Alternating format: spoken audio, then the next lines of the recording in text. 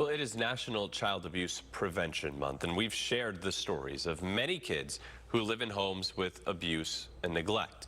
Now, our next guest, a retired naval intelligence officer, a former business executive, and now father and husband, knows firsthand about all of this. Now, people who meet him might never suspect that as a child, he used to be chained to his bed, locked in the basement, and beaten. He even had to testify against his own father when he was just 16 years old. So now he's writing all about his experience. This is all in his new book called Monsters in My House. And Walt McKinley, the author, is live for us, joining us this morning. So Walt, obviously not an easy topic, but so many people obviously deal with some of these issues at home. So what made you want to put pen to paper about your experience growing up?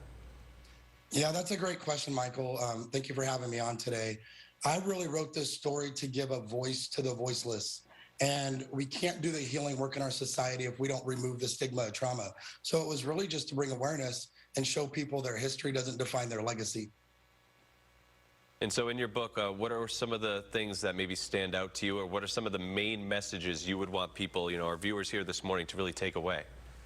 Yeah, the main message to the whole entire book is just to say where you start doesn't have to be where you finished.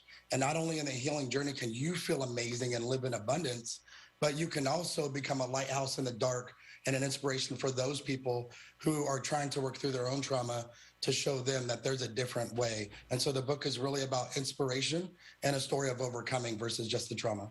And for people who maybe are dealing with this, I mean, I'm sure a lot of people, whether they realize it or not, might know somebody in their own lives who is dealing with things at home that is obviously not an easy subject to talk about. So in one of your main points here, I know speak your truth is a real thing you want to get across here. So what exactly does that mean? Yeah, there's nothing more cathartic and freeing than actually saying what you've been through out loud for the first time. And so many people struggle and they keep those places inside their soul with those secrets locked, and it adds shame and despair. When you start orating that, when you start speaking your truth, it's a freeing feeling. It's like drowning your whole life and coming up for air for the first time. So I really talk to people about owning their story, owning the power in their story, and owning the fact that they're a fighter and they're a warrior from the things that they've been through. Yeah, I know, and we have right now bullet points of some of the topics and messages you want to get across here.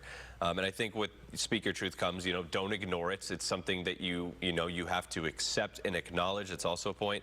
Talk to me about forgiveness, though. That's something that's on, the list here. Learn to forgive. Now, how exactly does that work, especially when someone's really done some really traumatic things to you? Michael, that's such a great question, and frankly, the hardest thing that was there for me to overcome.